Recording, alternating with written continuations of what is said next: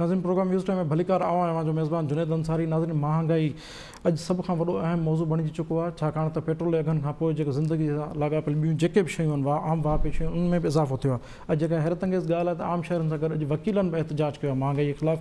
हिक पासे हुकूमत जे अहम तरीन जे इजलास खे तलब कयो आहे वज़ीर आज़म त महांगाई में आवाम खे रिलीफ ॾिनो वेंदो ऐं आवाम जो जाइज़ो वरितो वेंदो त कहिड़ियुनि कहिड़ियुनि शयुनि आइटम्स ते घटिताई करे सघिजे थी। ॿिए पासे अपोज़िशन माज़ गरम कयो आहे ऐं चवनि था त एहतजाजी तहरीक जेका हलाई वेंदी उहा महांगाई जे ख़िलाफ़ हलाई वेंदी।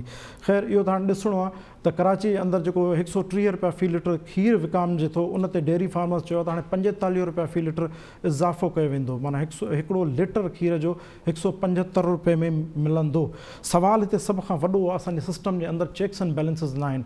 केरु पुछण वारो न आहे, केरु किथां बि थिए थो उहो पंहिंजे तरफ़ां रेट वधाए छॾे थो। इहो आख़िर छाजे करे? इन मामले ते ॻाल्हाइण लाइ हिन वक़्तु असांखे पैनलिस्ट जी टीम जॉइन कयो आहे, जंहिंमें शामिल आहिनि डॉक्टर जमील अहमद साहब, डॉक्टर जमील अहमद ख़ान साहब, शाहिद सुमरो एडवोकेट साहब, बैरिस्टर इमरान मिठाणी साहब ऐं डॉक्टर अयूब शेख साहब। सभ खां पहिरियों हलूं था शाहिद सुमरे साहब। शाहिद साहब, क्विकली तव्हां असांखे ॿुधाइजो असांजी सोसाइटी में चेक्स एंड बैलेंसिस छो ख़तमु थी विया आहिनि? हिकिड़े पासे हुकूमत ऐं अपोज़िशन हुकूमत चए थी असां हाणे ॾिसंदासीं महांगाई घटाइण लाइ कुझु इक़दामात कंदासीं, अपोज़िशन तहरीक हलाइण वञे, पर मजमूई तौरु सिस्टम में चेक्स एंड बैलेंसिस छो ख़तमु थी विया आहिनि जंहिंजे करे अवाम भोॻे?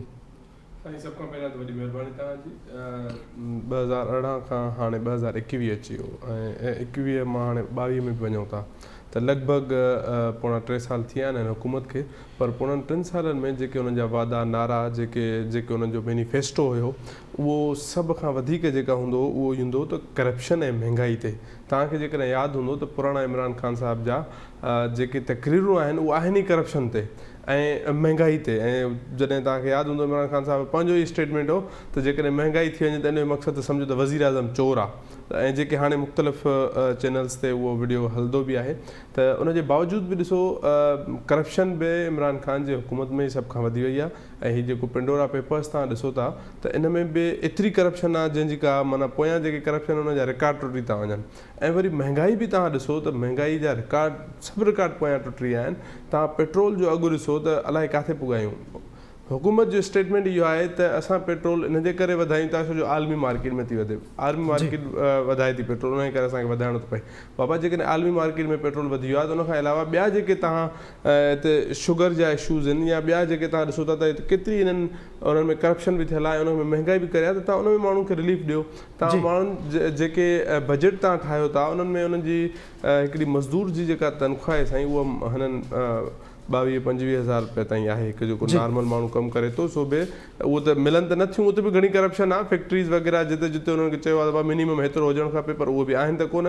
पर जेकॾहिं असां नॉर्मल ॾिसूं त हिकिड़ो मज़दूर जेको दिहाड़ी ते कमु करे थो किथे 200-300-500 खणे थो, उनजे लाइ त इहो हिकिड़ो वॾो पहाड़ आहे न, छो जो हर शइ ते खंड ते अटे ते हर शइ ते जेको आहे न उहा महांगाई थिए थी।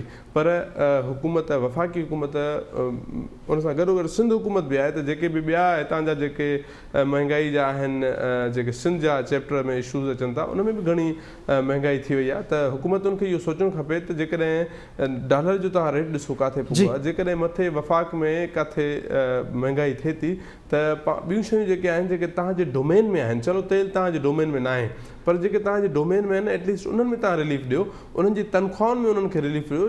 जेके ॿियूं सब्सिडी थियनि थियूं उन्हनि में तव्हां उन्हनि खे रिलीफ ॾियो। को अकोमोडेट त कयो पर हिते अकोमोडेशन बि नथी थिए ऐं ऑन दी कंट्री करप्शन ऐं महांगाई बि इलाही घणी थी। जी डॉक्टर जमील साहब क्विकली सर ॾिसजो सर, हाणे चेक्स एंड बैलेंसिस असांजी सोसाइटी में ख़तमु थींदा पिया वञनि। हिकिड़े पासे चयो थो न महांगाई आहे, महांगाई ते कंट्रोल करण लाइ जेके लोकल चेक्स आहिनि उहे ख़तमु छो था थियनि? चेक एंड बैलेंस तव्हां ठीकु आहे, उन में कमज़ोरी आहे। जीअं असांजे गवर्नेंस सिस्टम में कमज़ोरी आहे तीअं चेक एंड बैलेंस सिस्टम में कमज़ोरी आहे। पर जे फ़र्ज़ु कयो त चेक एंड बैलेंस सिस्टम असांजो बिल्कुलु आइडियल लेवल ते थी वञे, 100% ठीक थी वञे, पोइ बि डिमांड एंड सप्लाई जो मामलो अची वेंदो साम्हूं। पोइ डिमांड एंड सप्लाई खे बि माण्हू जेके लोकली असां प्रोड्यूस कयूं था पिया उहे शयूं त असां वटि आहिनि, उन में महांगाई जेके थिए थी पई। पोइ इंटरनेशनल मार्केट जी ॻाल्हि अची थी वञे ऐं इंटरनेशनल मार्केट में जेॾी महिल पेट्रोल जी ॻाल्हि था कयूं, तेल जी ॻाल्हि था कयूं, दाल जी ॻाल्हि था कयूं, कणिक जी ॻाल्हि था कयूं, सभु ॿाहिरां था घुरायूं। तव्हांजी जेका इंडस्ट्री आहे जेका एक्सपोर्ट थी करे उन इंडस्ट्री में मोर देन 60%-70% तव्हां जेको आहे इनपुट उहो ॿाहिरां घुराए वरी पोइ असां एक्सपोर्ट कंदा आहियूं, जेके तव्हांजा 25 बिलियन खण एक्सपोर्ट मसे करे पहुता आहिनि। पर सुवाल जो इहो आहे असांजा वज़ीर असांखे तमामु वॾा वॾा भाषण ॾींदा आहिनि त बाबा सॼी दुनिया में जेको आहे पेट्रोल महांगो थियो आहे, सॼी दुनिया में इहे मसइला असांखे थिया आहिनि, तव्हांजो कहिड़ो प्रॉब्लम आहे? असांजे मुल्क में त अञा बि पेट्रोल बि सस्तो आहे, असांजे मुल्क में सभु शयूं सस्तियूं आहिनि, तव्हांखे कहिड़ो प्रॉब्लम आहे? उनजो जवाबु इहो आहे, मूं वटि हिकिड़ो टेबल आहे, हिकिड़े मिंट में तव्हांखे ॿुधायां, अधु मिंट में ॿुधायां थो पियो त UAE में पेट्रोल जी क़ीमत 117 रुपया आहे, असां मां रुपयनि में थो ॿुधायां, ऐं मज़दूर जी दिहाड़ी जेका आहे 3500, सऊदी अरब में 107, ऐं मज़दूर जी दिहाड़ी जेका आहे 4500, चाइना में 205, मज़दूर जी दिहाड़ी जेका आहे 2000, अमेरिका में 165, मज़दूर जी दिहाड़ी 10,000 आहे, घटि में घटि। ऐं इन तरीक़े सां 12,000 बर्तानिया में आहे ऐं पेट्रोल 200। त तव्हां या त प्रोपोर्शनेट कयो, हो उन खां अलावा जीअं असां पहिरियां बि डिस्कस कयोसीं, हर मुल्क में हिकिड़ो आहे सेफ्टी वॉल्व हूंदो आहे, सोशल सिक्योरिटी जो सिस्टम हूंदो आहे। असांजे कॉन्स्टिट्यूशन में आर्टिकल 38D में ॾिनल आहे त उन में कहिड़ो सिक्योरिटी वॉल्व हुअणु खपे, माण्हुनि खे खाधो पीतो मिलणु खपे, माण्हुनि खे बेसिक नेसेसिटी मिलणु खपे। असां 38 क्लियर आहे हुन में कॉन्स्टिट्यूशन। असां वकील माया नाज़ वकील हिते वेठा आहिनि, बाक़ी उहो तबसरो हिन ते कंदा। असां मूं वटि सॼो अंग अखर आहिनि त ॿियनि मुल्कनि में हाणे अचूं था पिया त हुकूमत जी पॉलिसी जेका आहे उन जे करे प्रॉब्लम थींदी आहे। IMF जे प्रोग्राम में असां विया आहियूं, IMF जे प्रोग्राम में असां विया आहियूं, 190 कंट्रीज़ आहिनि जेके IMF जा मेंबर आहिनि, ऐं 1944 खां वठी इहो कमु शुरू थियो आहे। ऐं इन वक़्तु जेको पाकिस्तान वारनि नेगोशिएट कयो आहे, छा उन्हनि सही नेगोशिएट कयो आहे? छो जी IMF वारा त कंडीशन हणंदा न, छो जो इन करे कंडीशन हणंदा त ग्लोबल स्टेबिलिटी इकोनॉमी जी उन जो मैंडेट आहे, डेवलपिंग कंट्री जो सर्वेलेंस उन जो मैंडेट आहे। ओवरसी कंदा आहिनि त डॉलर यानी एक्सचेंज तव्हांजो रेट छा आहे, पोइ वरी शॉर्ट टर्म कैपिटल जीअं तव्हांखे ॾींदा आहिनि। हाणे तव्हां उन जा कंडीशन अॻुवाट ई मञी वरिता आहिनि, विदाउट एडजस्टमेंट, विदाउट इहो ॾिसंदे त माण्हू बुख मरंदा, रोड ते ईंदा, माण्हुनि खे इन वक़्तु अहिड़े अज़ाब में अची विया आहिनि त उन्हनि को ॿियो रस्तो न आहे त अची धाड़ो हणनि, चोरी करणु या माण्हुनि खे मारनि ऐं पैसा। हाणे उहो नौबत उहा अचण वारी आहे, ख़ुदकशी कनि थियूं पियूं। अॼु बि नींगर ॿार 4-4, 5-5 साल जा उन्हनि खे ज़हर ॾेई माउ पीउ जेको आहे ज़हर खाई सुता पिया आहिनि। तव्हां सोशल मीडिया त ही मामिलो जेसीं ताईं असांजी हुकूमत उनजो फ़र्ज़ु छा हुकूमत जो त एक्सपोर्ट वधाईंदा, को बहानो न हलंदो। 3 साल थी विया आहिनि, उन लो हैंगिंग फ्रूट उन्हनि में उन्हनि खे केक जो साइज़ वधाइणु खपे। हा, सेफ्टी वॉल्व जेको आहे इनडायरेक्ट टैक्सिस जेको आहे मिडिल क्लास माण्हुनि खे, ग़रीब माण्हुनि जो सत्यानाश करे छॾियो आहे, खानो ख़राबु करे छॾियो आहे। या त पोइ जीअं राशन कार्ड जो सिस्टम हो उहो कनि, कुझु त कनि माण्हुनि लाइ, कुझु त सेफ्टी वॉल्व रखनि। न रखंदा त इहो जेको आहे हिकिड़ो बिल्कुलु क्लियर इंडिकेशन आहे त माण्हू रोडनि ते अची वेंदा, माण्हू खे थी पवंदो। ऐं इन वक़्तु लास्ट पॉइंट, जियो पॉलिटिकल सिचुएशन अहिड़ी आहे त IMF में जेको तव्हांजी नेगोशिएशन थिए थी पई, उन जो इन्फ्लुएंस IMF ते जेको आहे अमेरिका जो आहे। अमेरिका खे तव्हां एब्सोल्युटली नॉट चई था छॾियो, अमेरिका जे साम्हूं अखियूं ॾेखारियो था पिया त अमेरिका तव्हांखे सोगो करण लाइ इहे सभु मामला बि कंदा। ज़ाहिरी ॻाल्हि तव्हां जी डॉक्टर साहब जी, तव्हां अहम वैलिड पॉइंट आहे त ज़ाहिरी जियो पॉलिटिकल सिचुएशन खे गॾे ॾिसणो पवंदो ऐं मुल्क में जेको कुझु थियो। बैरिस्टर इमरान मिठाणी साहब, तव्हांजो छा ख़्यालु आहे? जीअं डॉक्टर जमील साहब चयो त जेके चेक एंड बैलेंस त पंहिंजी जाइ ते उहे बहितर थी वञनि, पर एतिरी महांगाई आहे जंहिंसां इकोनॉमी त पंहिंजी जाइ ते ग़रीब माण्हू सर्वाइव बि न करे सघंदो। पोइ ग़रीब फ़र्द जंहिंजो बिलो पॉवर्टी लाइन जेको आहे ज़िंदगी आहे, उहो कीअं सर्वाइव करे? इंतहाई ॾुखियो आहे उन माण्हुनि जे लाइ हिन माशरे में ज़िंदा रहणु। अॼु असां वटि जेको पॉलिटिक्स जो कॉन्सेप्ट आहे उहो पावर पॉलिटिक्स थी वई आहे। माना हिते पॉलिटिकल माना बेसिकली पॉलिटिक्स जो इहो ई मंशूर हूंदो आहे त general wellbeing of the society लाइ कमु कयो वञे। जेको हीउ सिस्टम ठाहियो वियो आहे, हिन में साईं हिकिड़ो इक़्तिदार में वेठा हूंदा आहिनि, हुन में अपोज़िशन वारा हूंदा आहिनि। अपोज़िशन जो मेन कमु इहो हूंदो आहे त उहे क्रिटिसाइज़ कंदा रहंदा आहिनि गवर्नमेंट जी पॉलिसीज़ खे। अगरि उहे पंहिंजे मतिलब खां कम खां हटी वेंदा आहिनि त हुनखे सिधो रस्तो ॾेखारींदा, बाबा हीउ तरीक़ो आहे। ॻाल्हि इहा आहे त गवर्नमेंट खे इहो सोचणु खपे त जेकॾहिं मिसाली ॻाल्हि आहे त गवर्नमेंट भई पेट्रोल सॼी दुनिया में महांगो थी वियो ऐं उन महांगाई जे करे हिते हर शइ महांगी थी थी वञे। पेट्रोल जे करे तव्हांजो खीर महांगो थो थी वञे, तव्हांजी ॿियूं ज़रूरत जूं जेके शयूं आहिनि उहे सभु महांगियूं थियूं थी वञनि।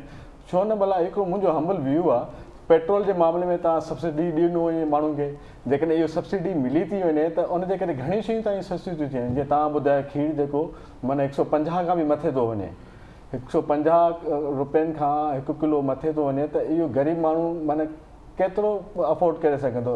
इहो अटो महांगो थी वेंदो, इहो तेल महांगो थी वेंदो, या गैस महांगी थी वेंदी। माना हीउ माहौल जेको वञे थो त ग़रीब जे लाइ त मौत आहे, उहे शायदि हाणे ख़ुदकुशी करणु शुरू कंदा।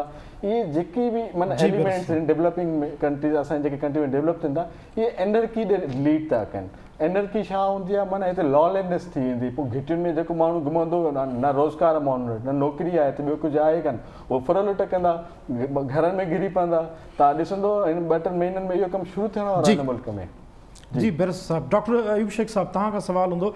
जीअं डॉक्टर जमील अहमद ख़ान साहब चयो त तव्हां जेकॾहिं वेजिस जी ॻाल्हि था कयो त जेके वेजिस जी जेके सरासरी कटिजे त अमेरिका में जेकॾहिं 200 रुपया पाकिस्तानी रुपयनि में जेकॾहिं पेट्रोल मिले थो त उते वेजिस 10,000 रुपया आहिनि।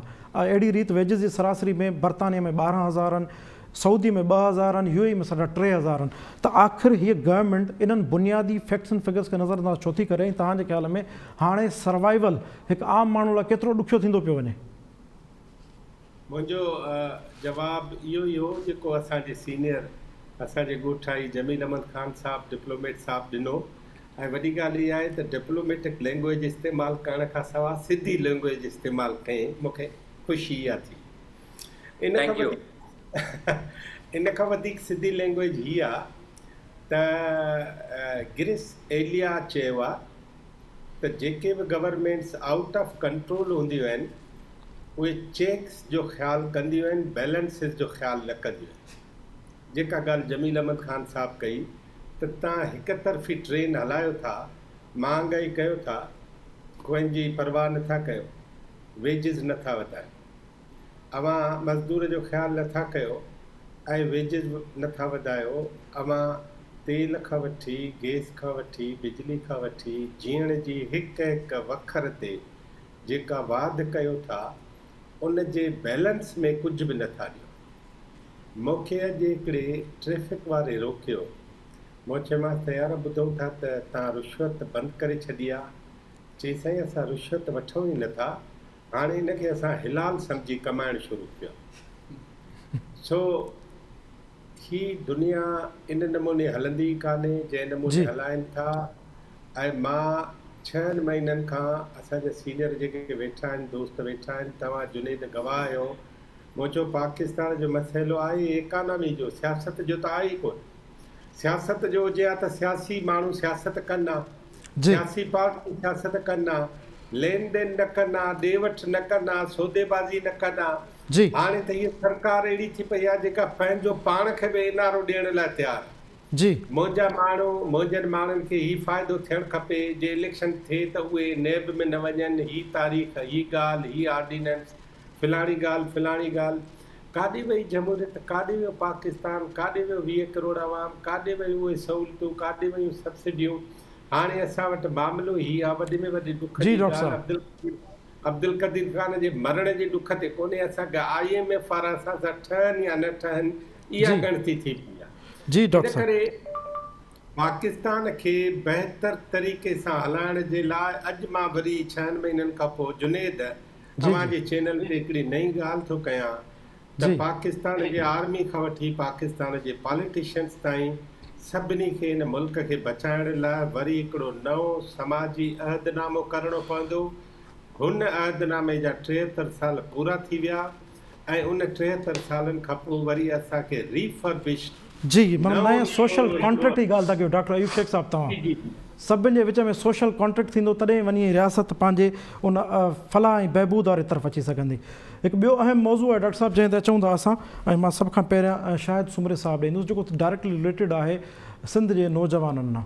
सिंध पब्लिक सर्विस कमीशन खे कुझु महीना अॻे सस्पेंड कयो वियो सिंध हाईकोर्ट जे तरफ़ां, ऐं उन ते ज़ाहिर आहे हिकिड़ो मुख़्तलिफ़ ओपिनियन आहे सिंध हाईकोर्ट जो जेको फ़ैसिलो आहे, पर उन फ़ैसिले मां हिकिड़ी नओं रुख़ निकितो आहे जेको अॼुकल्ह डिस्कस जो सबबु बणिजे वेठो। उहो इहो आहे त उन फ़ैसिले में 1998 खां वठी 2018 ताईं जेके बि रिक्रूटमेंट्स थियूं सिंध पब्लिक सर्विस कमीशन जे थ्रू उन्हनि खे सस्पेंड कयो वियो आहे। ऐं मैक्रो पर्सपेक्टिव में उन जेको सिंध हाईकोर्ट जे फ़ैसिले में चयो वियो आहे त Sindh public service commission is suspended. हाणे कुझु ॾींहं अॻे छाकाणि त उते जेके पेटिशनर आहे उन्हनि जो वकीलो सजाद चांडियो साहिबु उन महीनो ॾेढ अॻे हिकिड़ो पंहिंजो ॻाल्हि कई त उन्हनि जो चवणु हो त सिंध हाई कोर्ट जे फ़ैसिले में अहिड़ो को अभाव न आहे ऐं इहा सिंध हुकूमत जी बदनियती आहे त हू नौजवाननि खे 2019 में जिन चिटा भेटी जो इम्तिहान पास कयो उन्हनि खे जॉइनिंग न पिया ॾियनि। जंहिं खां पोइ हाणे 2019 जो चिटा भेटी जो इम्तिहान पास कंदड़ नौजवाननि हैदराबाद में एहतजाजी मुज़ाहिरो कयो आहे। सोशल मीडिया ते बि अचनि पिया ऐं 24 अक्टूबर ते कराची प्रेस क्लब आॾो बि मुज़ाहिरो कंदा। उन्हनि नौजवाननि में Sindh police, anti corruption, revenue department, registrar and cooperative societies, local government, prison ऐं taxation excise and taxation department में भर्ती थियल नौजवान आहिनि। हिकु पासे सिंध जे नौजवान जेके महिनत करे जफ़ाकशी करे इम्तिहान में अचनि था, ॿिए पासे इहा हिकिड़ी जेका साम्हूं अचे थी त जॾहिं बि इम्तिहान थियनि था पब्लिक सर्विस कमीशन जा उन्हनि ते सवाल उथारिया था वञनि। इन ई मामले खे थोरो क़ानूनी पहलुनि खां सम्झण लाइ हिन वक़्तु असां हलंदासीं शाहिद सुमरे साहिब। शाहिद साहिबु पहिरियों असांखे तव्हां ॿुधाइजो हिकु जजमेंट आई आहे, उन जजमेंट में अदालत सगोरी चवे छा थी ऐं छा उन अदालत सगोरी जे फ़ैसिले जो इतलाक़ 2019 में जेके चिटा भेटी इम्तिहान पास कयो वेठा नौजवान उन्हनि ते थिए थो, छा उन्हनि खे जॉइनिंग मिली सघे थी या नथी मिली सघे, इहो क़ानूनी अभाम कहिड़ो आहे, इहो त थोरो असांखे सम्झाइजो।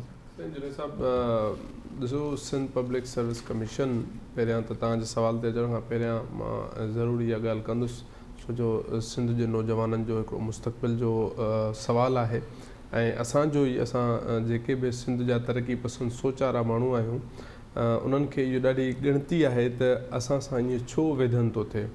तव्हां हिस्ट्री खणंदव सिंध पब्लिक सर्विस कमीशन जी, तव्हांखे यादि हूंदो त 5 साल पहिरियां खिलजी आरिफ साहिब बि सिंध पब्लिक सर्विस कमीशन जे चेयरमैन जी अपॉइंटमेंट जे लाइ सिंध पब्लिक सर्विस कमीशन खे सस्पेंड कयो हुयो। उनखां पहिरियां वरी तव्हांखे यादि हूंदो त आगा रफ़ीक साहिबु जॾहिं रिज़ाइन कयो हो त उन बि पंहिंजी रिज़ाइन जी वजूहात ॿुधाया त कहिड़ा कहिड़ा मूंसां इशूज़ आहिनि। माना असां सिंध में ई ईअं छो थो थिए, तव्हां ॾिसो त CSS वग़ैरह जेकॾहिं आहे या ॿिया जेकॾहिं पंजाब में या ॿियनि में ॾिसो त उते त अहिड़ी का सिचुएशन नथी थिए, पर ऑन दी कंट्ररी असां वटि इन में बि को शक न आहे त असां जेकॾहिं हाणे हिकिड़े हिन फ़ैसिले खां हटी करे 2 मिंट ॻाल्हायूं त इन में को शक न आहे त असांजी सिंध पब्लिक सर्विस कमीशन में करप्शन जा वॾा दास्तान आहिनि। मां महिनत थो कयां, मुंहिंजे पीउ मूंखे पढ़ायो ऐं ख़र्च बि थियो, हर चीज़ थी, उनजे बावजूदि जॾहिं मां मेरिट ते बि आहियां ऐं जॾहिं मां इम्तिहान ॾियां थो त मुंहिंजी जॻह ते मूंखे साइड करे हिकिड़े नाअहल माण्हूअ खे रखियो थो वञे त तव्हां उहो हिकिड़ो नाअहल माण्हू मुंहिंजी जॻह ते नथा रखो। मूंसां त ज़्यादती कयो ई कयो था, पर इहा ज़्यादती सॼी सिंध सां था कयो, छो जो उहो नाअहल माण्हू पैसा ॾेई करे उहा तव्हां खां नौकिरी वठे थो ऐं उनखां पोइ उहो वरी उनखां वधीक पैसा कमाइण जे लाइ सोचींदो ऐं उनखां वधीक करप्शन कंदो, छो जो हू महिनत ते त आयो कोन्हे, हू पाकिस्तान या सिंध सुधारण जे लाइ त आयो कोन्हे, त पोइ हू करप्शन जा हिकिड़ा वॾा दास्तान खोले छॾींदो।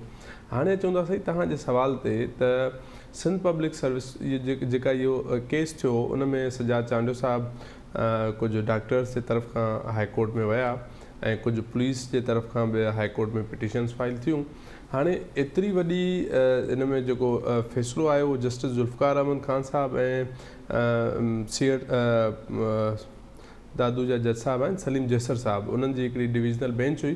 पोइ हाणे उन्हनि जॾहिं इन्हनि सभिनी शयुनि खे ॾिठो ऐं बदयांती खे ॾिठो हुननि ऐं प्लस में हुननि जॾहिं इंटरनेशनली ॾिठो त दुनिया किथे पुॻी आहे ऐं असां कहिड़ी जॻह ते आहियूं, त उन्हनि पोइ इन सॼी जेका तव्हां ॿुधो था त हाणे या ॾिसो था त उनखे सस्पेंड बि कयूं ऐं जेका रिक्रूटमेंट थी आहे उनखे बि हुननि सस्पेंड करे छॾियो आहे। हाणे तव्हांजो ॿियो नंबर सुवाल इहो आहे त सजाद चांडियो साहिब जी चवण जो मुताबिक़ त ही सिंध गवर्नमेंट पाण कुझु करे सघे थी। ॾिसो, इहा ॻाल्हि हूंदी आहे इंटरप्रिटेशन जी ऐं इहा ॻाल्हि हूंदी आहे त हिते मौजूदा सिचुएशन में, ऐं मां हर TV चैनल ते चवंदो बि आहियां जॾहिं मूंखे कोई प्रोग्राम में घुरायो वेंदो आहे त ॾिसो, हाई कोर्ट जे जज खे या सुप्रीम कोर्ट या कंहिं बि जजिस खे जेकॾहिं उन्हनि खे ॻाल्हाइणो आहे न त उहे पंहिंजे आर्डर सां ॻाल्हाइनि, माना उन्हनि जो जेको जजमेंट आहे उहा वॾी अहमियत थी रखे। पर हिते ऑन दी कंट्ररी ईअं थिए कोन थो ऐं हिते ईअं थो थिए त ओपन कोर्ट में कंहिं बि, ॾिसो तव्हां कुझु टाइम पहिरियां सुप्रीम कोर्ट जे चीफ जस्टिस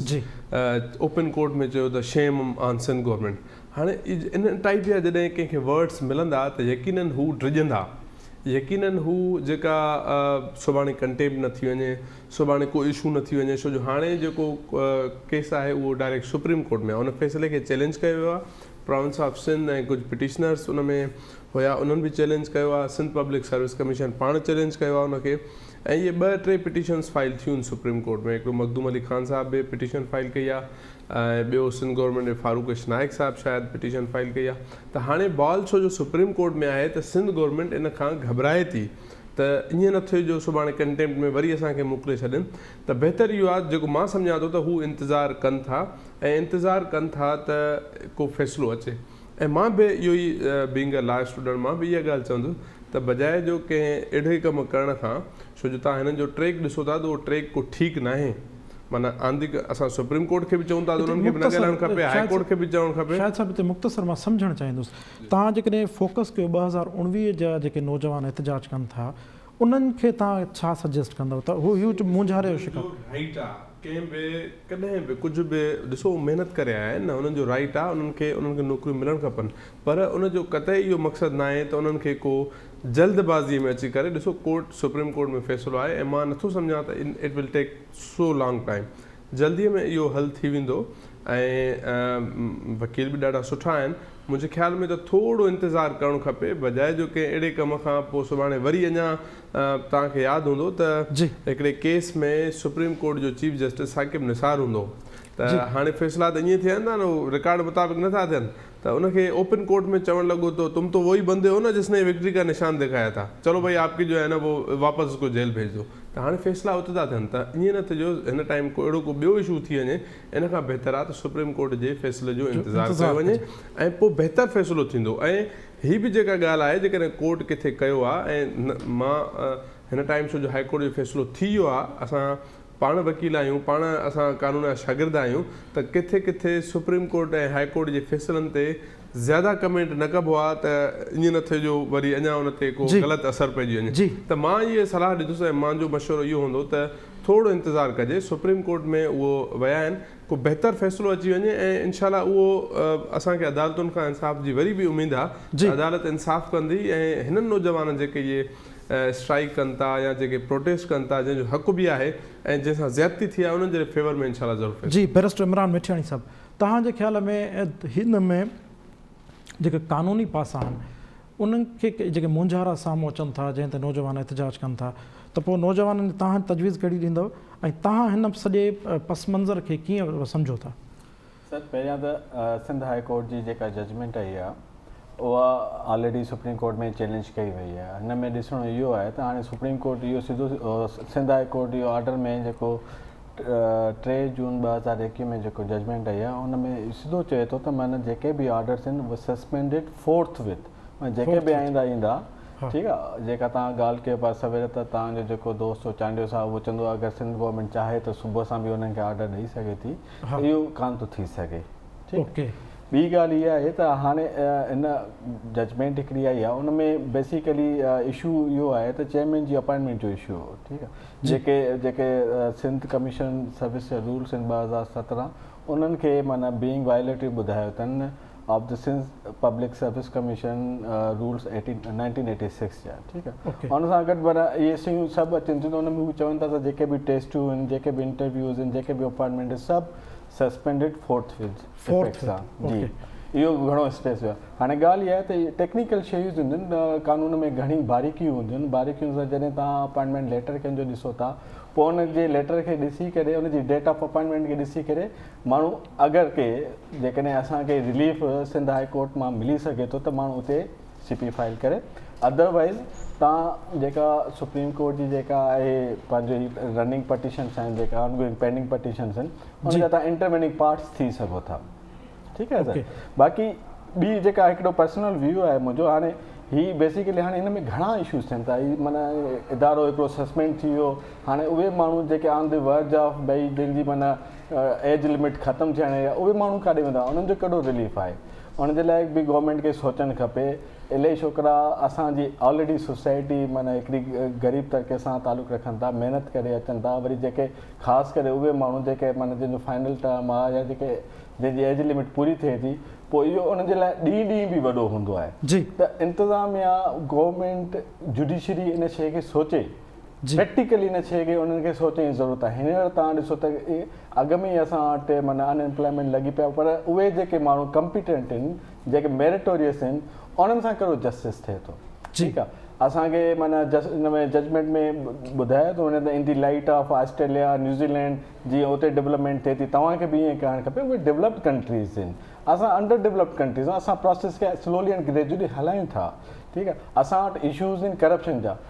जुडिशरी में इहा शइ खपे भई तव्हां पंहिंजो इन्वेस्टिगेशन टीम ठाहिजे, जेके करप्ट एलिमेंट आहिनि उन्हनि खे सज़ा ॾिने, पर इहो बि त इंसाफ़ न आहे न, जेके माना करप्ट सां गॾोगॾु जेके इनोसेंट माण्हू आहिनि तव्हां उन्हनि खे बि सफ़र था कयो। इहा माना हिकिड़ी सवाल या निशानी आहे जेका असांखे सोचणु खपे। कंक्लूडिंग में अवां उन ओपिनियन जा आहियो जेको शाहिद साहब चयो त सुप्रीम कोर्ट जे इंतज़ारु करणु खपे फ़ैसिले जो? बिल्कुलु शाहिद साहब, बिल्कुलु ठीकु थो थिए। इन खां सवाइ ॿियो को रस्तो ई न आहे, छो जो सुप्रीम कोर्ट हिकिड़ो असांजो सुप्रीम फोरम आहे, उन जे ई डिसीशन जे बुनियाद खां पोइ ई असां फर्दर ॾिसी सघिजे थो छा। ऐं असांखे उमेदु आहे ऐं सुप्रीम कोर्ट मां पूरो कॉन्फिडेंस आहे त असांजी सिंध जी आवाम लाइ बहितर। ऐं ॿियो तव्हांजो इहो ख़्यालु आहे? जी जी, माफ़ु कजो, मूंखे हिकिड़ी पॉइंट मां ज़हन में अचे पई, साईं माफ़ु कजो, मूंखे हिकिड़ी पॉइंट ज़हन में अचे पई त जेकॾहिं कॾहिं कॾहिं ईअं बि थींदो आहे त मिसाल तव्हां ॾाढो मेरिट ते आहियो, पर पिटीशन जेको आहे सो न कंहिं अहिड़े माण्हूअ कई आहे, हाणे सोचूं था पब्लिक सर्विस कमीशन खे साइड कयो, हाणे प्रोविंस ऑफ सिंध खे बि साइड कयो, हाणे ॿ असां आहियूं जेके एग्रीव्ड आहियूं ऑर्डर खां, साईं बि एग्रीव्ड आहे, मां बि एग्रीव्ड, हाणे मां वञा थो पर मां मेरिट ते न आयो आहियां, पोइ मां छा कंदुमि, पिटीशन खे डिले कराए छॾींदुमि, मां पंहिंजे वकील खे चवंदुमि त हीउ न हलायो, ऐं उन सां छा थींदो, जेको ॿियो जेको मेरिट ते आयो आहे उहो वियो ई न आहे सुप्रीम कोर्ट, त यकीनन सफ़र उहो कंदो, चवंदो यार शायदि साहिबु वियो आहे, उनखे ॾिसूं छा थो थिए। त मां तव्हांखे मशवरो इहो ॾींदुमि तव्हांजे तवसु सां टाइम न्यूज़ जे ऐं जुनेद अंसारी साहिब जे चैनल जे इन प्रोग्राम जे तवसु सां जेके बि दोस्त आहिनि उहो इंटरवीनियर थियनि, ऐं इहो बि ज़रूरी न आहे त तव्हां को सुप्रीम कोर्ट में को वकील करे वञो, तव्हां पाण मेरिट ते आयल आहियो, तव्हां पाण पढ़ियल लिखियल माण्हू आहियो, तव्हां पाण मेरिट ते इम्तिहान पास कया आहिनि, तव्हां एप्लीकेशन ठाहे वञो,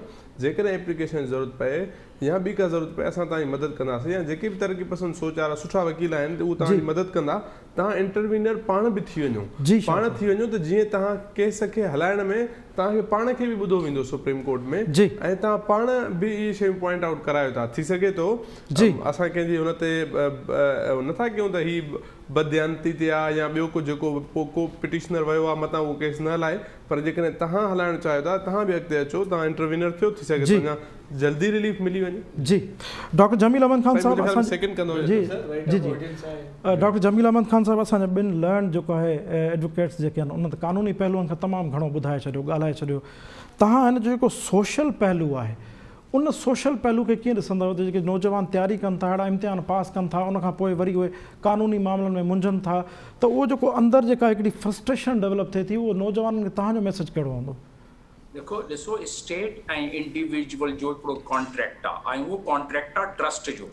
तव्हां ट्रस्ट ख़तमु करे छॾियो त पोइ स्टेट जो जेको उहो मुक़ाम उहो रहंदो न आहे, त इन करे इट्स वेरी इम्पॉर्टेंट त उन ट्रस्ट खे बरक़रार रखियो वञे। जेके मेरिट वारा माण्हू आहिनि, इन मामले में बि मां सम्झां थो त सिंध गवर्नमेंट जेका आहे उहो सही माना में परसू न करे सघी आहे। कॉन्स्टिट्यूशन जो आर्टिकल 242(1) बि आहे, जंहिंजे तहत चेयरमैन जी अपॉइंटमेंट खे माण्हू परसू चङी तरह करे आहे, उन न कयो, इन करे प्रॉब्लम थी। तव्हांजे सवाल जो वन लाइनर जवाबु इहो आहे त यस, असांखे प्रोटेक्ट करणु खपे जेके मेरिट्स वारा माण्हू आहिनि। इन मुल्क में मेरिट्स उहे बि नौकरियूं खपाइनि था पिया, इन मुल्क में मेरिट जो मामिलो काफ़ी इहे जेके सोशल पहलू इहो आहे त हीअ माण्हू ट्रस्ट ख़तमु करे छॾींदा, पोइ न को पढ़ाई सुठी कंदो, न को महिनत सुठी कंदो, ऐं उन मूजिबि पोइ जेको इन मुल्क में मेरिटोक्रेसी न रहंदी त पोइ इदारा हलाइण में तमामु ॾुखियो थियो। जी डॉक्टर जमील साहब, डॉक्टर अयूब शेख साहब, तव्हां कंक्लूड कीअं कंदव, छाकाणि त जॾहिं हीउ सस्पेंड थियो तॾहिं बि हिकु अधु प्रोग्राम में असां ज़िक्र कयो। डॉक्टर जमील साहब खां जेको मूं सुवाल कयो, मुंहिंजो सुवाल अव्हां खां पोइ हूंदो, हाणे उहे जेके नौजवाननि जे अंदरि हिकिड़ी फ्रस्ट्रेशन पैदा थिए उनखे माण्हू जी जी जमील साहब, डॉक्टर खां वधीक भाड़ियो मरीज़ न हूंदो आहे, वकील खां भाड़ियो मुलज़िम न हूंदो आहे। ऐं मुंहिंजो पंहिंजो ख़्यालु हीअ आहे त सिंध गवर्नमेंट ॾोह कयो आहे वॾो, ऐं 2008 खां वठी अॼु ॾींहं ताईं जेके बि एडवोकेट जनरल आहिनि, एडिशनल एडवोकेट जनरल आहिनि, असिस्टेंट एडवोकेट जनरल आहिनि, उन्हनि जी अकाउंटेबिलिटी थियणु खपे त आख़िर हिकिड़ो बि केस सरकारी छो न खटियो वियो आहे।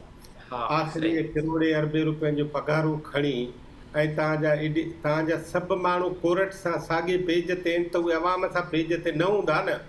सिंध सरकार जे कानून जे खाते जा एडवोकेट जनरल जेकॾहिं जजनि सां गॾु बीठा आहिनि त पोइ माना उहे उन फ़ैसिले सां बीठा आहिनि।